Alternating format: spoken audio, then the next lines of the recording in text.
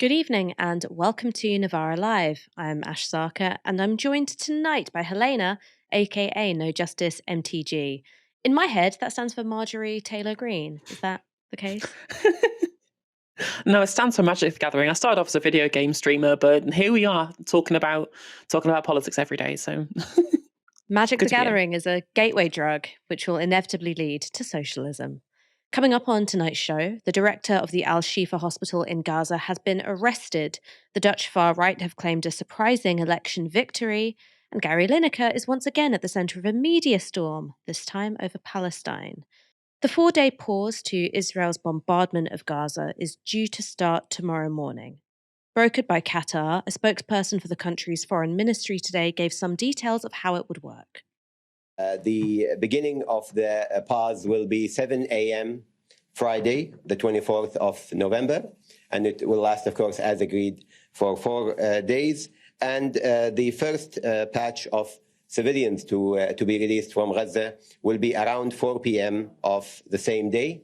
They will be 13 in number, all women and children, and those hostages who are from the same families will be put together within the same patch.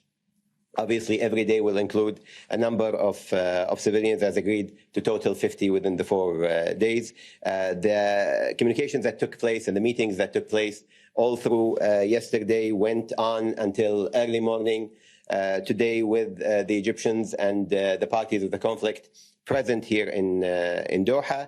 The meetings went very well and in a positive environment, and the results, of course, was the implementation plan of the agreement, which we have always said needed to be something that is concrete and very ready to create a safe environment for the release of the hostages.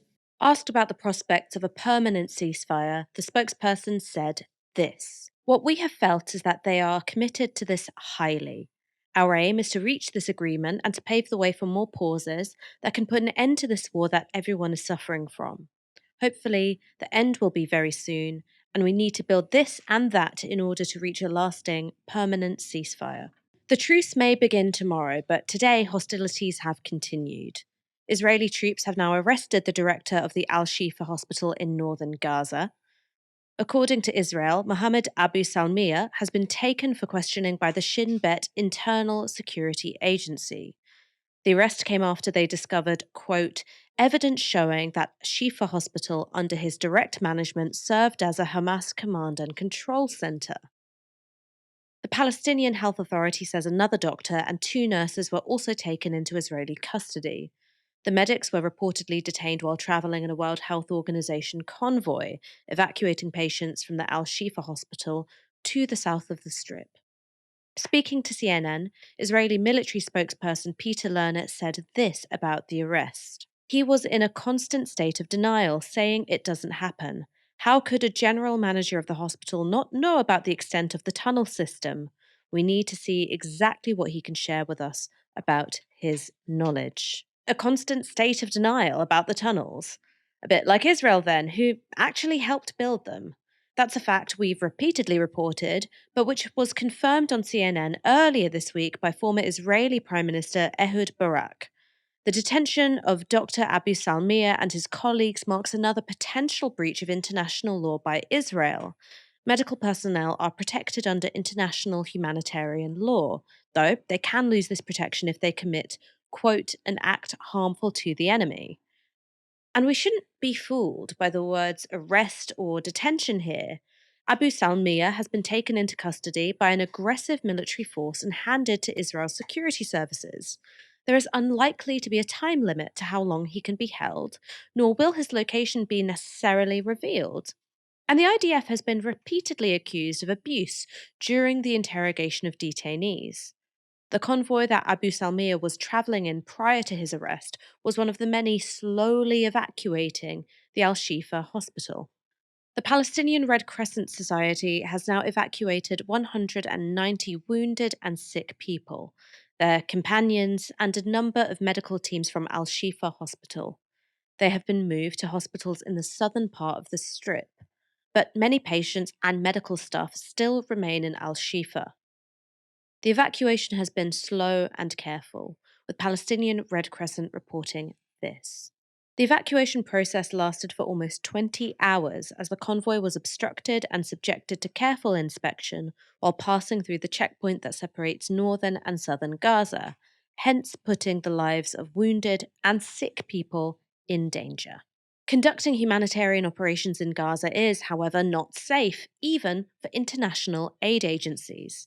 Today, a spokesperson for the Red Cross told Al Jazeera that members of its staff were shot at while delivering humanitarian support in northern Gaza. And a Politico article has now revealed this. The US has been sending Israel information about the locations of aid groups in Gaza, ostensibly to prevent the IDF from striking them. And yet, the targeting of humanitarian facilities where civilians are sheltering or receiving what little aid there is continues, with almost uncanny accuracy. The Politico article reports this.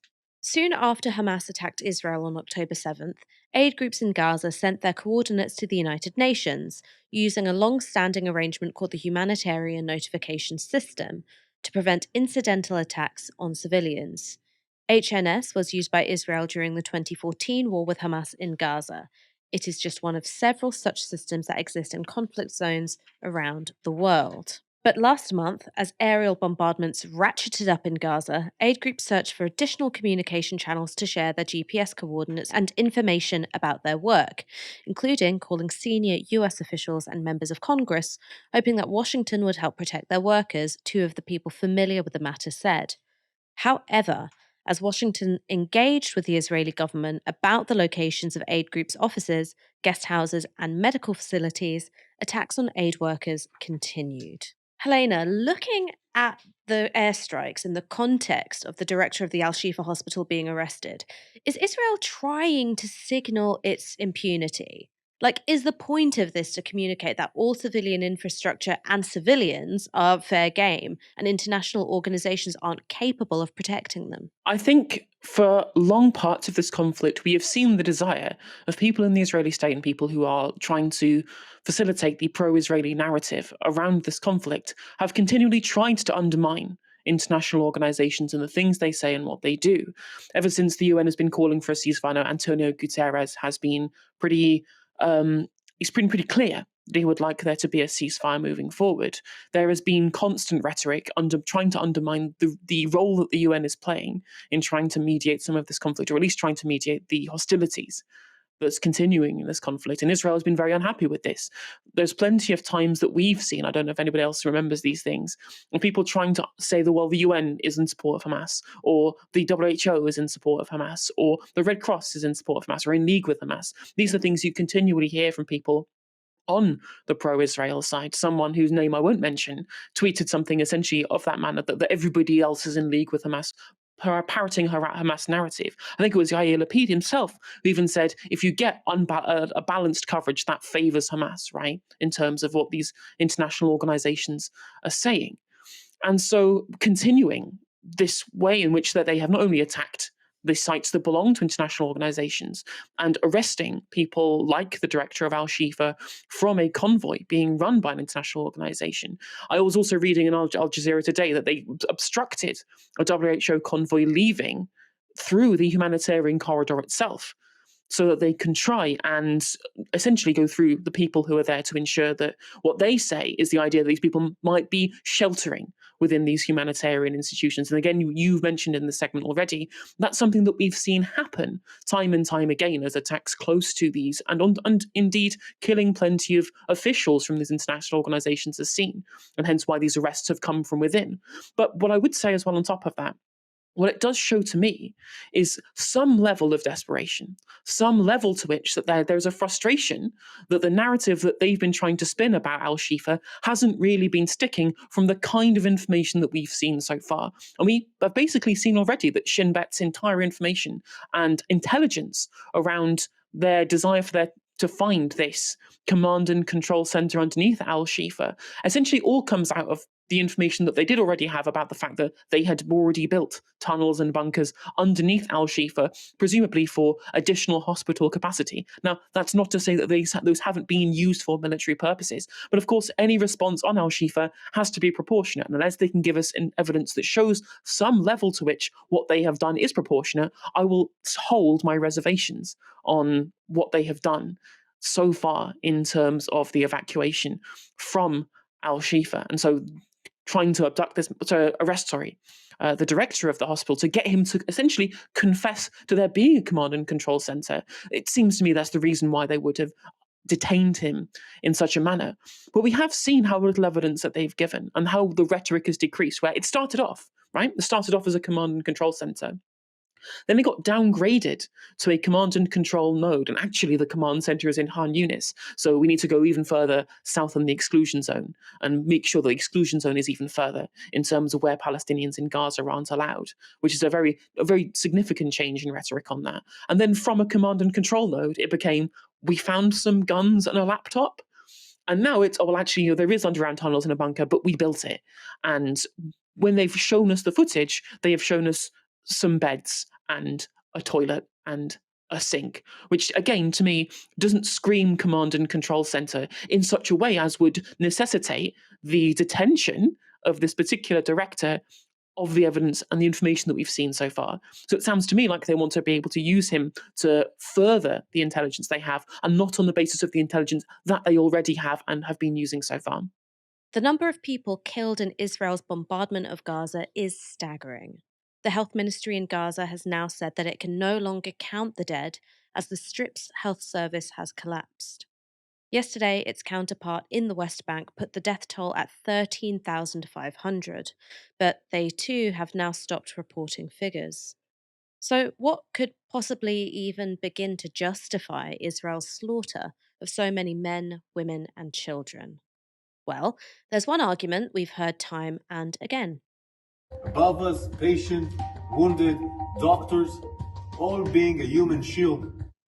These savage Hamas terrorists are walking around in broad daylight, armed and in uniform, after effectively strapping children to themselves as live body armor, as human shields.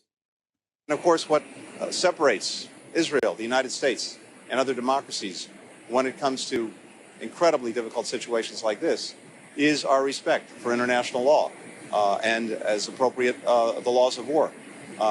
We do everything we can to make sure that in these situations we avoid civilian casualties. That is in direct contrast with Hamas, which uses people as human shields.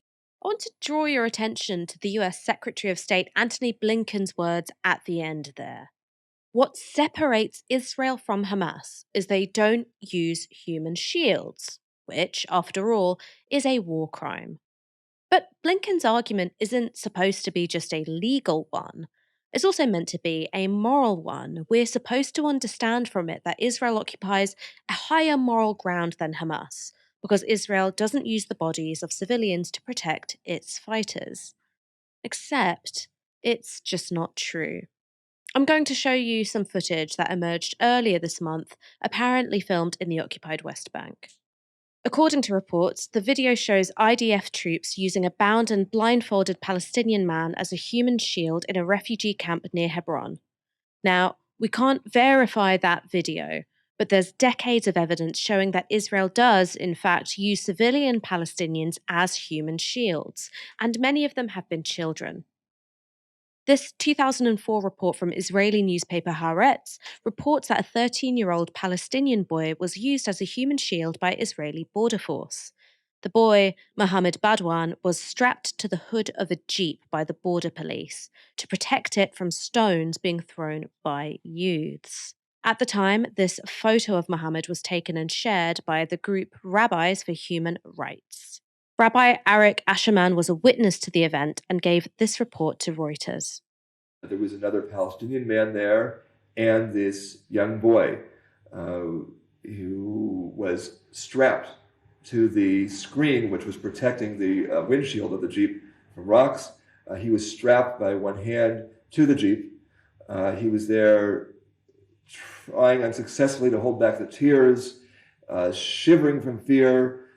A year later, Israel made the use of human shields by the IDF illegal. A High Court judge ruled that, quote, you cannot exploit the civilian population for the army's military needs, and you cannot force them to collaborate. But that ruling seems to have had little effect. In 2010, 2 Israeli soldiers were found guilty of using human shields in Gaza. Israeli human rights organization B'Tselem reports this on the crime. The 2 soldiers in question had ordered a 9-year-old boy at gunpoint to open a bag they suspected was booby-trapped.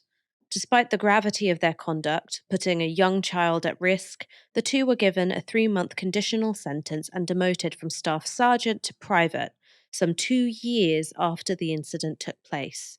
None of their commanding officers were tried. A favourite human shield technique used by the IDF is the so-called neighbour procedure.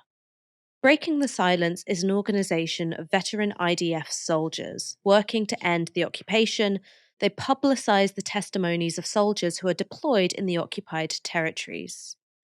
In this video, Special Forces soldier Itmar Schwartz describes the neighbour procedure. אוקיי, אז בין באמת שלל המשימות שקיבלנו, אז הרבה מאוד זה היה כניסה לבתים. שכניסה לבתים, מה שהיה מקובל זה להשתמש בשכן. נועל שכן, בעצם מישהו שהוא מגן אנושי, שאנחנו מביאים אותו מאחד הבתים מסביב או מהרחוב, והוא נכנס ראשון לבית, דופק על הדלת, אנחנו מאחוריו, והוא בעצם משמש לנו המגן האנושי מפני איזשהו טרוריסט שנמצא בפנים. In 2002, 19-year-old Nidal Abu Muksan was shot after the IDF forced him to knock on the door of a suspected Hamas fighter.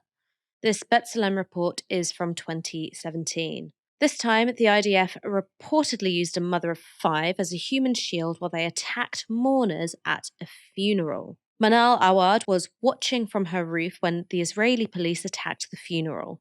She gave them this testimony. I immediately got off the roof and closed the main door. I barely managed to get into our apartment on the 2nd floor, and I could hear glass shattering below and shouts, "Open up, open up." I went down quickly to open the front door of the building, and I saw 2 male border police officers and 1 female officer holding crates. One of them ordered me to close the door and go up to the roof with them as he pointed his weapon at me. I went up to the 2nd floor and reached my apartment door where my 5 young children were. I wanted to go in, but then the officer shouted at me to go up to the roof and stand beside them at the edge that overlooks the road. They started shooting rubber bullets and tear gas canisters at the stone throwers around the house. The youths threw stones at soldiers and border police officers on the street and those on our roof. Some stones landed next to me, and I was terrified that I'd get hurt. I stood there for over 10 minutes and didn't know what to do. One of the officers noticed that I was scared and told me to stand to the side, at the entrance to the roof, and not move. I asked to go down and get into my house. I explained that my kids were afraid and that my youngest son was crying. Even though the officer heard him crying, he refused to let me go.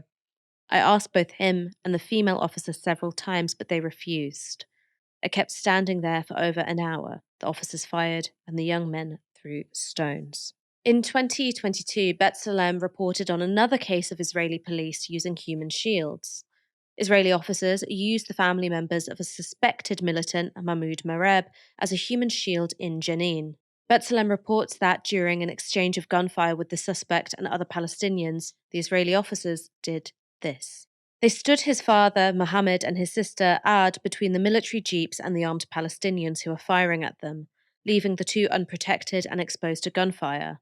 They ordered his mother, Manal, to go into the house, which is at the center of the exchange of fire, in order to persuade Mahmoud to come out and bring them the military robot they'd sent towards the house.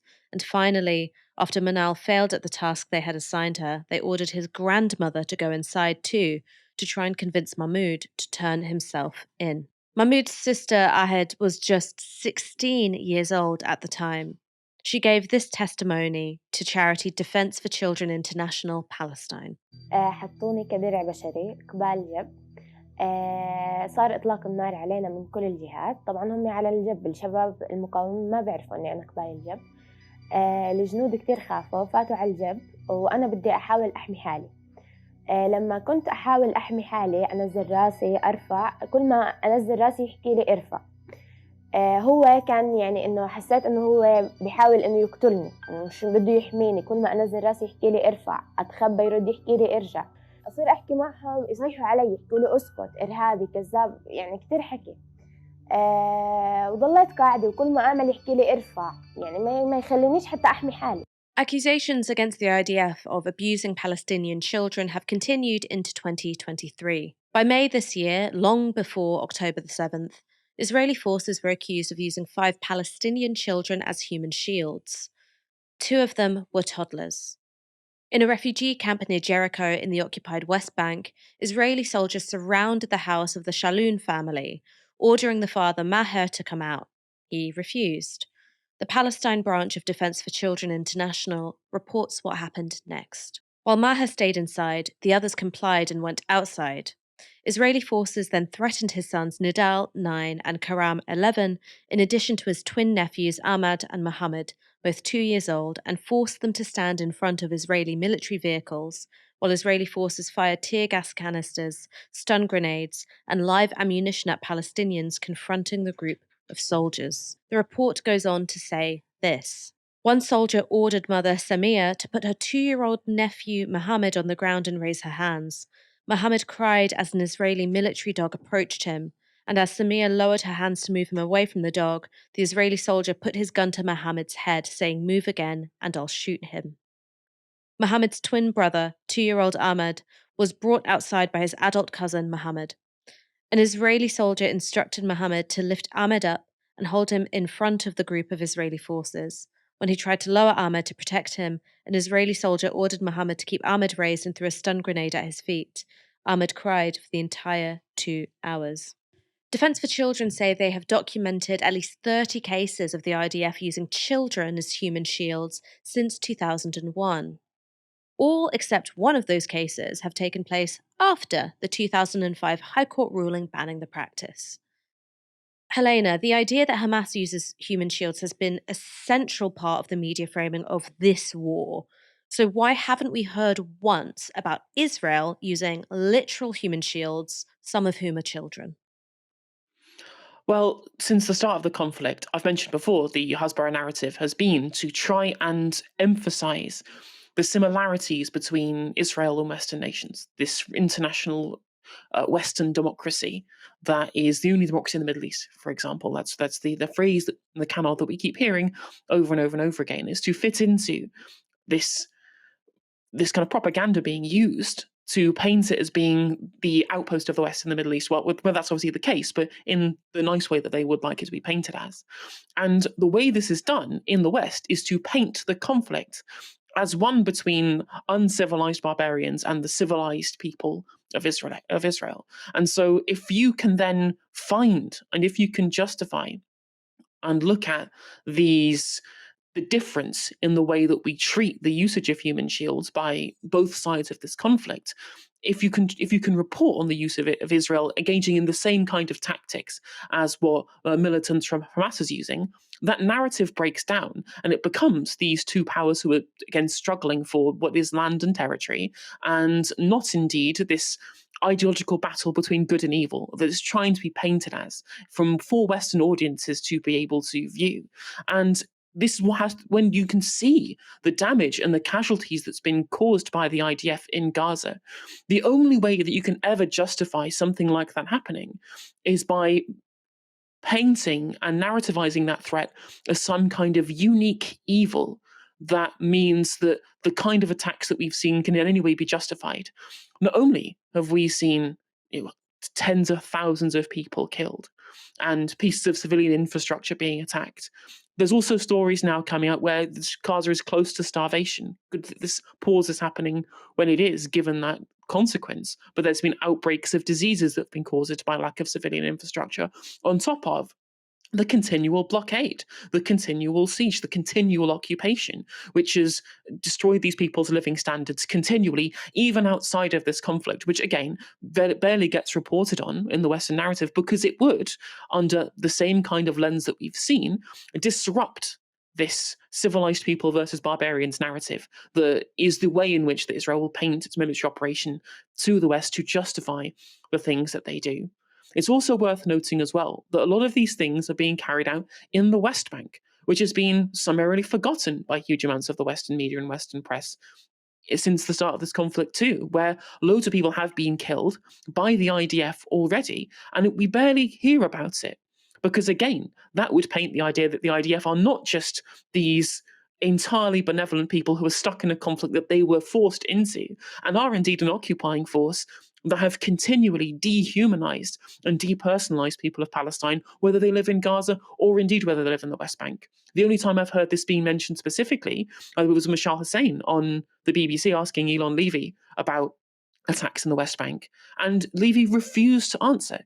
He didn't even bother addressing the question and tried to deflect somewhere else, because these discussions of the kind of war crimes that Israel have engaged in much the same way that we see the war crimes being committed by militants from Palestine. Once you see that there's this equivalence here, and once you see what's been happening in the West Bank, the narrative that needs to be painted to make the actions of the IDF justified completely falls apart. And as we've seen, they have continually engaged in what are completely inhuman practices in terms of their military operations, both before the conflict and afterwards.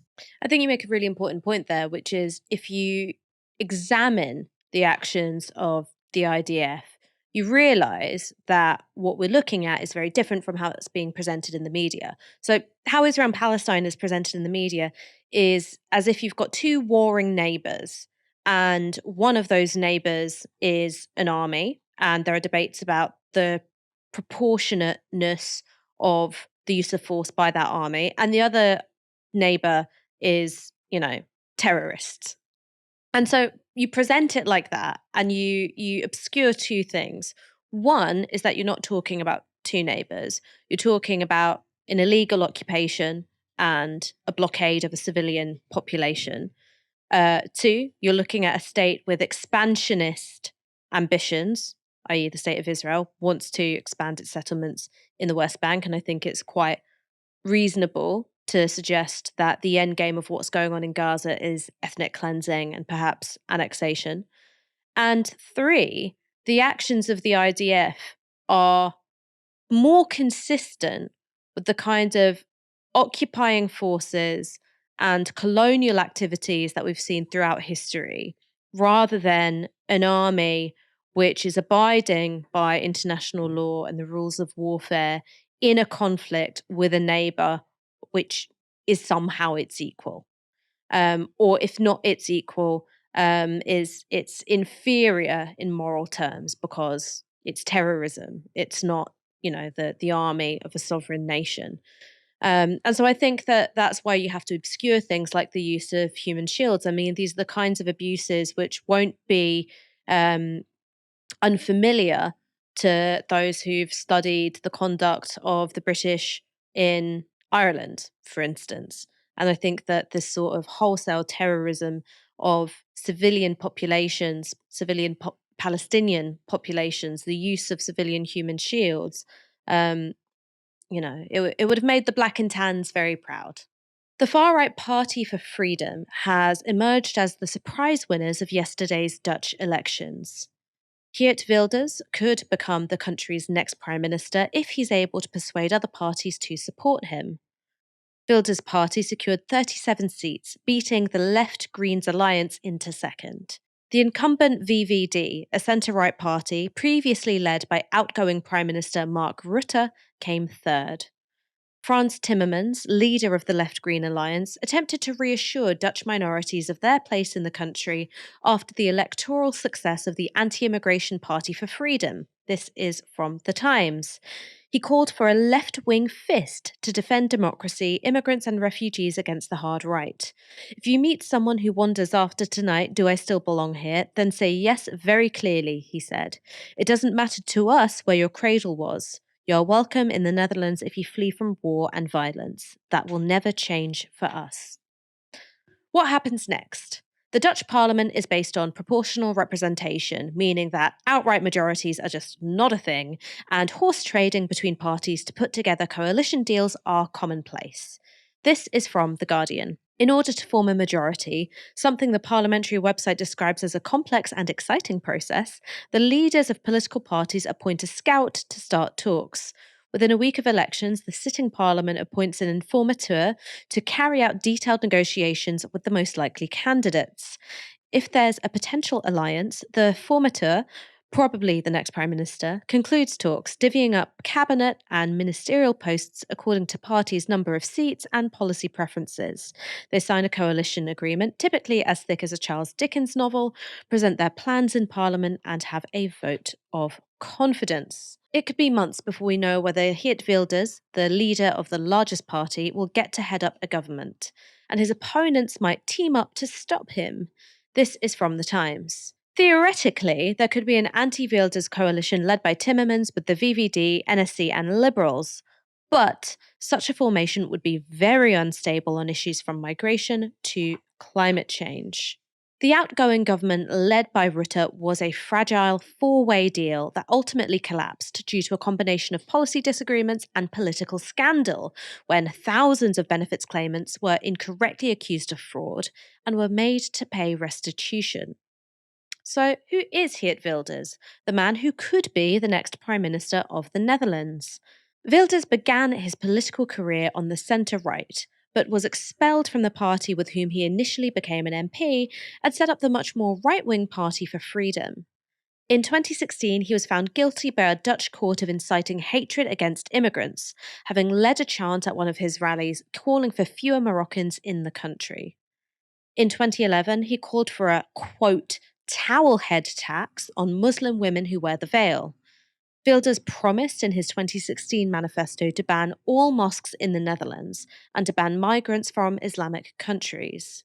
But in his quest to find support from other political parties, Wilders is signalling a willingness to tone down the Islamophobia for the time being. This is what he said last night at a rally celebrating the result with his supporters. I understand very well that parties do not want to be in a government with a party that wants unconstitutional measures, he said. We are not going to talk about mosques, Qurans, and Islamic schools. If he is able to form a government, and yes, that's a fairly big if, Wilders has said he'll hold a referendum on whether the Netherlands should leave the EU. But his first priority is, quote, a significant restriction on asylum and immigration. Earlier today, I spoke with Marijn Odenampson, a political scientist and sociologist based at the University of Amsterdam, about last night's results. I began by asking him why the VVD, the party previously headed up by Mark Rutte, did so badly. They've already been blamed for a series of scandals, actually, in the past cabinet, but also in the ones before.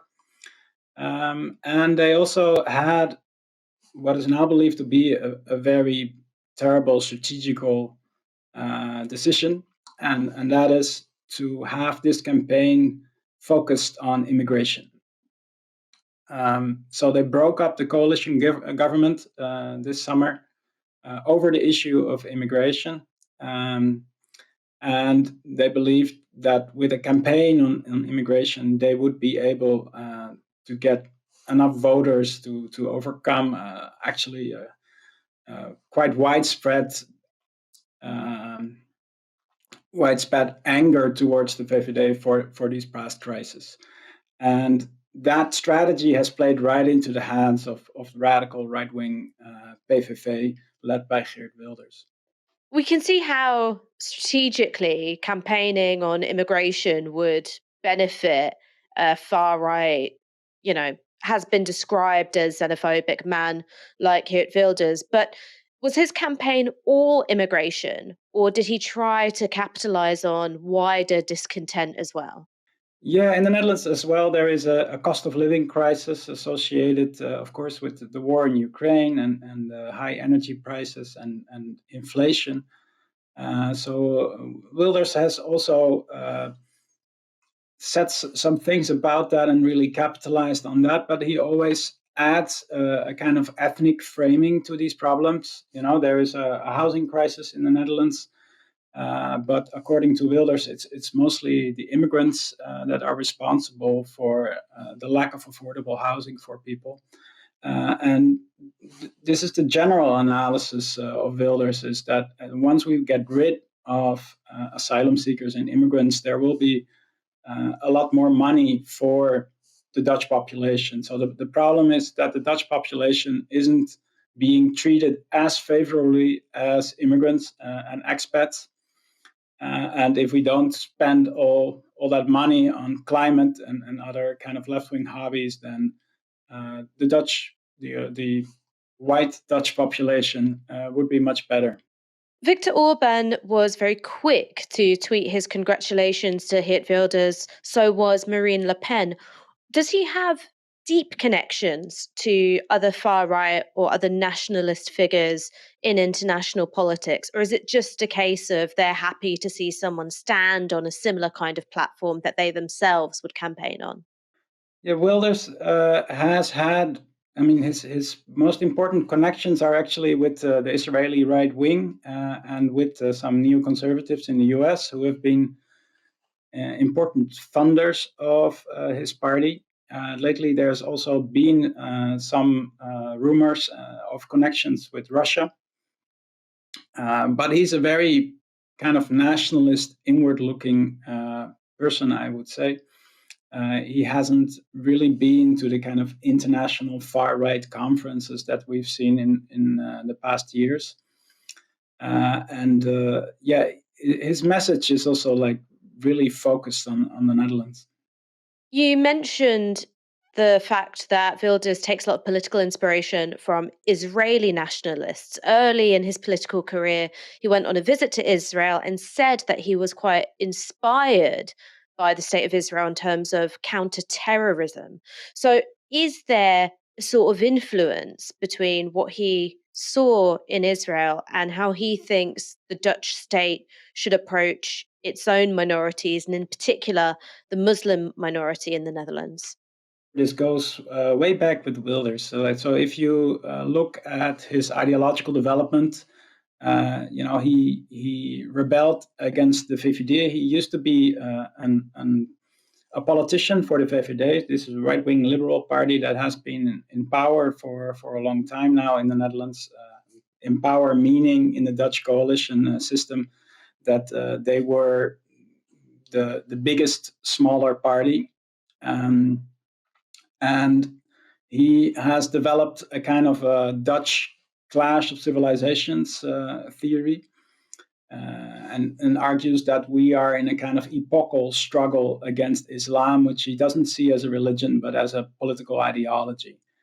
And he's very much inspired by neoconservative authors writing on Islam and arguing that the kind of fundamentalist interpretation of Islam is the true Islam, and that basically means that Islam is inherently hostile to the West, and you need to defeat it rather than accommodating it. And there's, of course, also the idea that progressive elites in particular, but more political elites in general, they are kind of the useful idiots by allowing Muslim immigrants to come to Europe and to come to the Netherlands, taking over our country, and in the end, aiming to turn it into an Islamic state. This is one of the arguments. And sometimes this goes down into, real explicit conspiracy theories about the intention to have to replace the Dutch population, to replace the white population. And of course, we've all heard about replacement theory. But Wilders has been one of the first to really promote these theories, along with the theorist Badiou, arguing that there is a plot on the European level to replace the native Dutch population and European population with Muslim immigrants. We're looking at a coalition system of government because in the Netherlands you have proportional representation.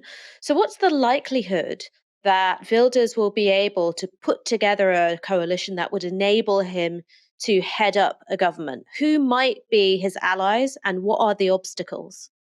So presently, the idea is that there are two center-right parties that would be the logical candidates for Wilders to form government with. One is the aforementioned VVD, the right-wing liberal party, the entrepreneur party, or the party of business in the Netherlands, that has been running has been the dominant player in the coalitions in the last 13 years under Mark Rutte.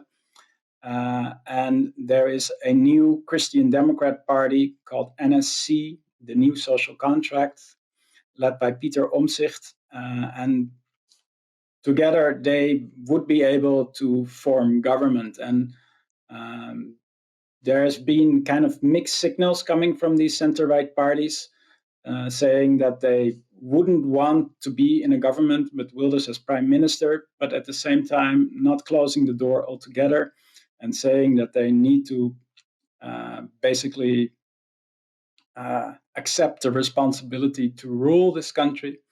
So it's very likely that they will enter into negotiations about the center-right coalition. And there's also another new party, which is the Farmers' Party, which arose in a recent conflict about nitrogen emissions in the Netherlands. We have one of the largest amounts of livestock in the Netherlands, which is a very small country. And now the European Union regulation is actually saying that this is endangering Dutch nature and the quality of Dutch nature and wildlife. And the Farmers' Party arose out of a conflict with that. And they are important. They gained 7 seats now, but they have a very big position in the Dutch Senate, which was the result of an earlier election this summer.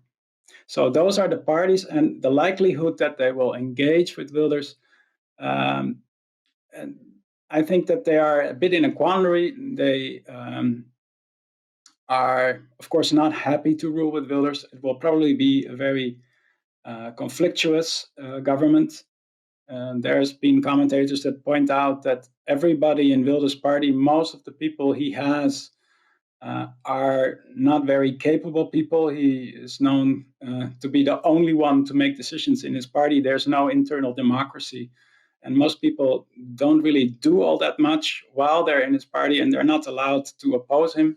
He's a kind of the dictator in his own party.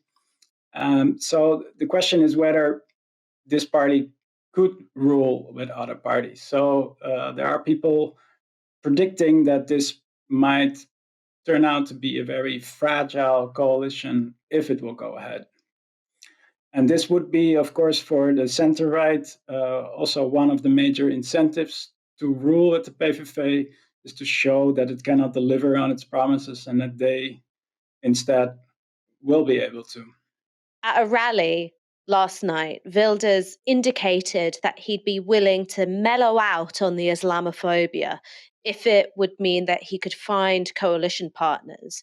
Do you think he's sincere in that he really would be willing to leave some of that much more hardcore, full-throated anti-Muslim bigotry at the door if it would get him into government? I would be highly cynical about that, or skeptical, because it's such a central part of the DNA of the party.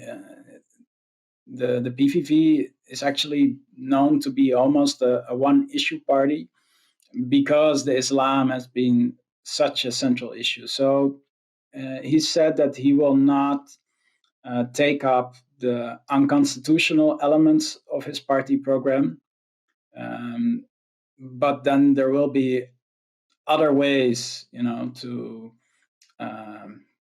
make a difference. And then he's already highlighting that he wants to change the Dutch constitution to let it be known that this is a Judeo-Christian country. He wants to get rid of any kind of anti-racism organization.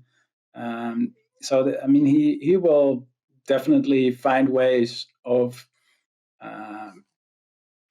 trying as much as possible within the boundaries of, or transgressing it in in a very sneaky way, or these kind of things. So it's such a central part of his appeal as well in the past decades.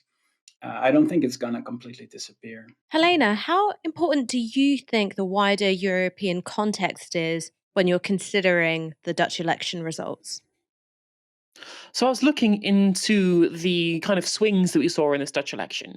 And whilst I think that, of course, we should be rightly concerned with the rise and the meteoric rise of how the PVV have done in this election and what it spells for the kind of rhetoric they're going to see coming from the right, from European parties, both within the EU and outside of the EU, most of the votes, it seems to me, came from other right-wing parties moving rightwards. So actually, when you mentioned in your segment about Timmermans bringing the Green Left and Labour Party coalition much higher in votes than the previous, there has been at least some gains on the left there. And what we've really seen is the abandonment of the neoliberal establishment party ideology, or indeed the entire party itself, by this move, this coalescing around Wilders' PVV party at the latest election. And this mirrors the trend that we've seen in lots of other right-wing parties across Europe, and indeed the move from those right-wing parties to more further right parties. We've seen the rise of Vox, we've seen the rise of Chega, we've seen the rise of the Sweden Democrats and the FPO. We've seen loads of different right-wing parties rise at the expense of votes from parties who are on the centre right. And what this tells me, and what I'll move on to the British context in a moment, is that in general, we have seen the broad failure of neoliberalism to continue to hold the hearts and minds of the right-wing body politic in these countries in its heart. So it's been losing its own ground in this belief in the ideology. And right-wingers have been moving far more to kind of cultural ideas in the way in which that they will try and win people's votes over, because it's very difficult to win these things on economics when we're seeing house prices spiral across Europe. Most European countries are seeing problems with house prices at the moment. And what that's been doing, instead of it being some kind of force to change people's minds in favor of kind of more deregulation on house building, for example, what it's done is make people blame immigrants for increasing the supply, for increasing the demand on housing, rather than blaming the government for the lack of supply. And therefore, the blame has to lie with the immigrants who've been allowed in, or the refugees or the asylum seekers who've been allowed in, across all of these Western democracies with all of these explicit desires to maintain property rights, which makes house building a lot harder, as we've seen in the UK. And as I've said before, this mirrors what we've seen in the UK as well, where a lot of the country is not happy with neoliberalism. That's why, at the last election in 2019, really and truly, you had the end of austerity coming from Boris Johnson versus a complete rejection of neoliberal capitalist economics coming from Jeremy Corbyn. And there had to be an establishment coup to remove both of these people, essentially, and both their ideologies from the main parties that they represent. And people continually in opinion polling in the UK don't support neoliberalism either. And the Conservative Party have basically abandoned it in favour of this populist posturing that we're seeing from the Suella Braverman types to become an anti-immigration party, an anti-multiculturalism party, and Labour have become the party of business now, quote unquote.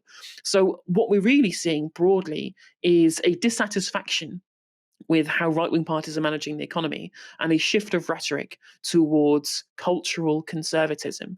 Because when I look at the stats for this Dutch election, I think that the left wing is not doing too badly, but the right wing have really collapsed in votes in favour of the far right.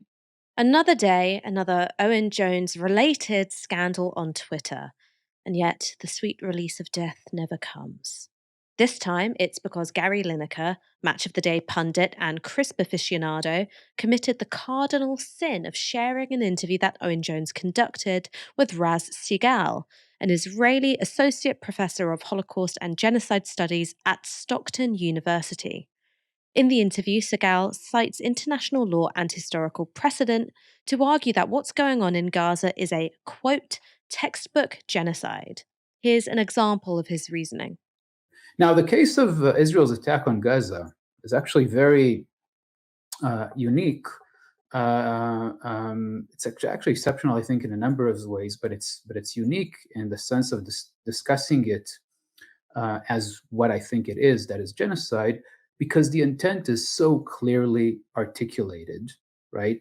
And it's articulated throughout Israeli media and society and politics now. And anyone who follows Hebrew language sources is exposed to shocking language by members of parliament, by journalists, on social media, in public spaces, calling to annihilate Gaza, to destroy Gaza, to flatten Gaza, to kill everyone, so on and so forth. But it's articulated since the 7th of October, actually, by people with what's called in international law command authority, right, or command responsibility. That is state leaders, members of the war cabinet, and senior army officers.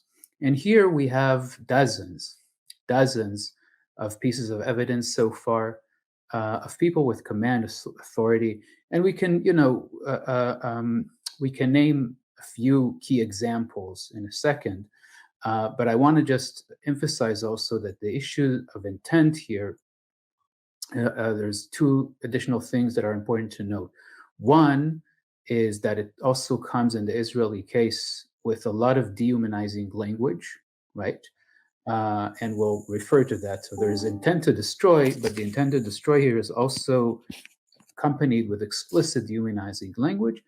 And then there is a language that actually should get us to think about historical cases of genocide. I'm referring specifically to, for example, ideas about deporting all the Palestinians in Gaza to the desert, right? Because we know that deserts actually have been used in genocides historically in the 20th century specifically as weapons of genocide. Now, you can agree or disagree with that, but it's undeniably a sober and well-researched bit of thinking from a scholar who is laying out their reasoning in detail. No wonder then that Gary Lineker thought it was a valuable resource to share with his 8.9 million followers on Twitter. Cue, of course, right-wing meltdown. This was Jake Wallace-Simons, editor of the Jewish Chronicle on Twitter. BBC, we've really been undermining our own credibility in recent weeks. Gary Lineker, hold my beer. Not to be outdone, Michael Deacon slammed Gary Lineker in The Telegraph. Gary Lineker is making an utter fool of himself over Israel. The BBC star's latest endorsements prove that he must stop tweeting about current affairs once and for all. And here's the ever sober and restrained Brendan O'Neill writing for Spiked Online after having combed through Gary Lineker's Twitter feed for any mention of Israel prior to his tweet of Owen Jones's video. Now Mr. Lineker is not so quiet. Now he invites his millions of followers to watch a prof accuse Israel of genocide. So this is the virtue of the virtue signalers. When racist terrorists carry out the worst act of anti-Semitic slaughter of modern times, they go dumb. When the victim of that racist slaughter dares respond, they pipe up. The inversion of morality taking place here is mind-bending. Hamas is a genuinely genocidal terror movement that frequently gives voice to its apocalyptic racial animus for the Jews and its desire to erase Israel. And yet it is Israel's war against Hamas that is branded genocidal. The idea that hunting genocidal terrorists is genocide is an act of despicable doublethink. Now, it's not the hunting of Hamas that people are calling genocidal. It's the death toll of civilians, thousands of children killed by airstrikes, those still trapped under the rubble, and all of the civilian infrastructure that's been targeted, from bakeries to hospitals to the downing of power lines. These are all things which indicate an indiscriminate attack. And now when it comes to genocide, the language of genocide is coming from people with command responsibilities. It's coming from the war cabinet. It's coming from IDF leaders. They're calling to erase Gaza, to flatten Gaza, to drive the Palestinians out of the enclave and into neighboring countries. Those are calls for genocide and for ethnic cleansing. It's not the idea that there's a war going on between combatants that has people upset. The Times report that BBC staff internally were angered by Lineker sharing the link to the interview with Raz Segal. They write, "The post caused dismay among BBC staff. One raised concerns that it would be bloody awful for any Jewish colleagues that have to work with Lineker. It's pretty shit for any Jew having to work with quite a few folk here right now," they added. Lineker's post prompted an internal debate about whether he had breached the BBC's social media guidelines, which were overhauled after his criticism of Suella Braverman, in which he compared the government's immigration policy to 1930s Germany.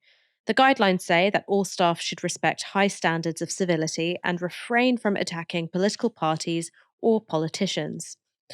One BBC journalist said that they believed Lineker had breached the guidelines. He's not respecting Jewish colleagues and amplifying really offensive accusations of genocide, they said. The BBC code is about not doing things that are offensive to others, which this clearly is. People feel it's absolutely disgraceful, and the Director General needs to deal with it. Now, this might sound a bit weird, but I actually have more respect for Brendan O'Neill here than the unnamed BBC staff quoted by The Times, because O'Neill, to his credit, is at least raising political objections. Now, they're ones that I disagree with wholeheartedly, and I disagree with them because it frames what Israel is doing in Gaza as self-defense. But it is at least within the realms of debate. You have one point of view, I have another point of view. What's happening in the Times article is an attempt to shut down any speech, no matter how sober, no matter how well researched, that's critical of Israel by claiming that it's anti Semitic. And look how comically low the threshold is. It's disrespectful to Jewish BBC staff. And note here how Jewish is used as a synonym with pro Israel. To merely say that it's worth watching an interview with an Israeli historian calling out the government's actions as genocidal. Now, that would be like if I said that I felt uncomfortable as a Muslim member of staff because one of my Novara media colleagues had shared an article condemning Saudi Arabia for human rights abuses and demanding they get disciplined for it. It's cheap, it's cynical, and it tries to shortcut winning an argument by simply saying that it shouldn't be had at all. You can't say that simply because someone could find something offensive, that it's a breach of impartiality and it's in itself racist. People may get offended. That doesn't mean that the objection is in itself reasonable. You have to look at the content. And the content here was an Israeli historian saying, according to his interpretation of law and his interpretation of historical precedent, that what's going on in Gaza is a textbook case of genocide. And the content of Gary Lineker's tweet, all it said is that watching the video was worth 13 minutes of your time and you could make up your own mind. Now, if you find that offensive, in my personal view, you gotta get a grip. Helena, when I was looking at how this story played out, I wondered if the unspoken bit here is that Gary Lineker treated Owen Jones, who's very obviously on the left, as though he's a legitimate participant in the public sphere. Do you think that's got something to do with the brouhaha? So every time I click my fingers, we lose another one of the liberal commentariat to the unfortunate affliction known as Owen Jones derangement syndrome. You too can join Novara Media for as little as £1 a month to help us find a cure for Owen Jones derangement syndrome, allow these people to have normal takes on these issues without losing their goddamn minds on Twitter. Now, this has been quite a week for Owen Jones. He's been through the absolute ringer with the way in which people have been dealing with his comments over the current Israel-Palestine conflict. And obviously, of course, you mentioned that this is actually an Israeli historian, a scholar of genocide studies and the Holocaust in specific.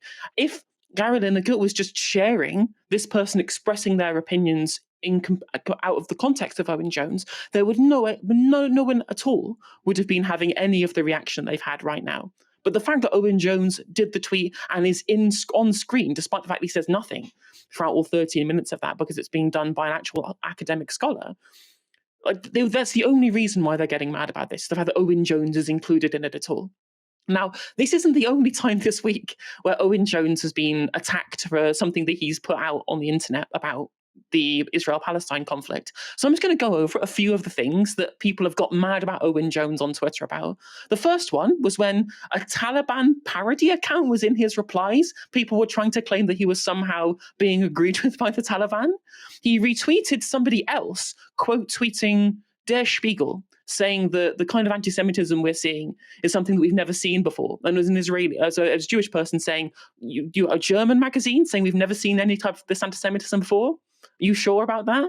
And then apparently Owen Jones retweeting him was somehow saying that this wasn't anti-Semitism and not indeed what he was actually saying. Was the opinion that was being retweeted there was the fact that yes, there's been plenty of anti-Semitism in Germany. It was the hotbed of anti-Semitism for one specific incident in the last century.